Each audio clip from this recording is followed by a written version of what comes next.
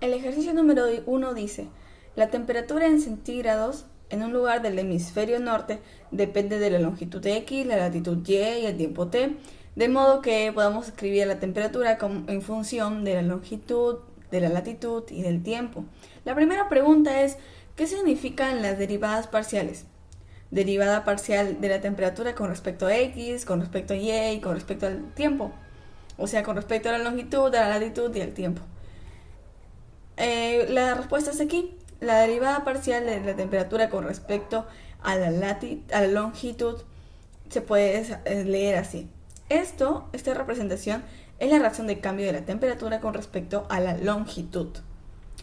Cuando la latitud y el tiempo son constantes, es decir, que en la ecuación la latitud y el tiempo se van a considerar como si fueran números y se van a derivar como si fueran números. Y cuando derivamos un número, este número se vuelve cero cuando lo derivamos.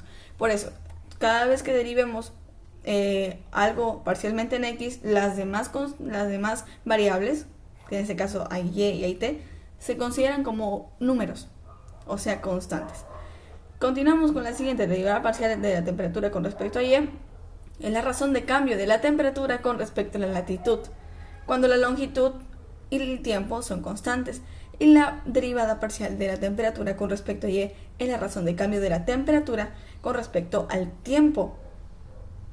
Aquí debería ser T. Recién me doy cuenta. Cuando la longitud y la latitud son constantes. En la siguiente pregunta dice, Honolulu tiene una longitud de 158 grados al oeste.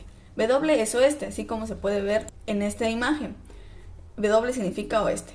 Y una latitud de 21 grados al norte. Es decir, que la longitud está en el oeste y la latitud está en el norte.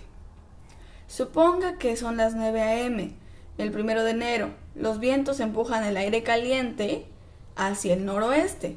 O sea, hay aire caliente, no sabemos dónde, pero están empujándose al noroeste. O sea que aquí se va a calentar. Dice, de modo que el aire del oeste y del sur es caliente. Ahí nos dice que el aire del oeste y del sur son calientes. Entonces, estos son los aires calientes y se están empujando hacia al noreste. Y dice que el aire del norte y el este es más frío. Aquí está frío, aquí está caliente y los aires empujan este aire caliente al norte y este. Pregunta, ¿esperaría que la derivada parcial de la función con respecto a X, con respecto a Y y con respecto al T sean positivas o negativas? X es la longitud, Y es la latitud y T es el tiempo. A ver, vemos en primer lugar la derivada con respecto a X. Esto representa la variación de la temperatura con respecto a la longitud. La longitud es X. Entonces, se esperaría que sea negativa, ya que el aire en el oeste es caliente y los vientos empujan su aire caliente hacia el noroeste. Esta disminución, es decir, si tengo una temperatura de 5 grados, como es aire caliente, tiene que ser una temperatura de 40 grados y se va a ir enfriando. Entonces va a 40 grados, 30 grados, 20 grados, 0 grados. Esta disminución de temperatura hará que sea negativa.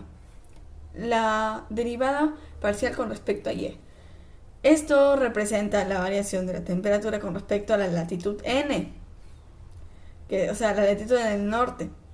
Y se esperaría, que esto sea positiva, ya que el aire en el norte es frío, es decir, 0 centígrados. Y le está llegando corrientes de aire calientes. Va aumentándose a 10 centígrados, 20 centígrados, 30 centígrados. Entonces, ese aumento hará que sea positiva. Ahora, con respecto al tiempo, representa la variación de la temperatura con respecto al tiempo. Entonces, se va a esperar que sea positiva. ¿Por qué? Porque el tiempo va aumentando. El tiempo son las 9 de la mañana, pasa el rato, 10 de la mañana, 11 de la mañana, va a ir aumentando. Eso sería todo con este ejercicio.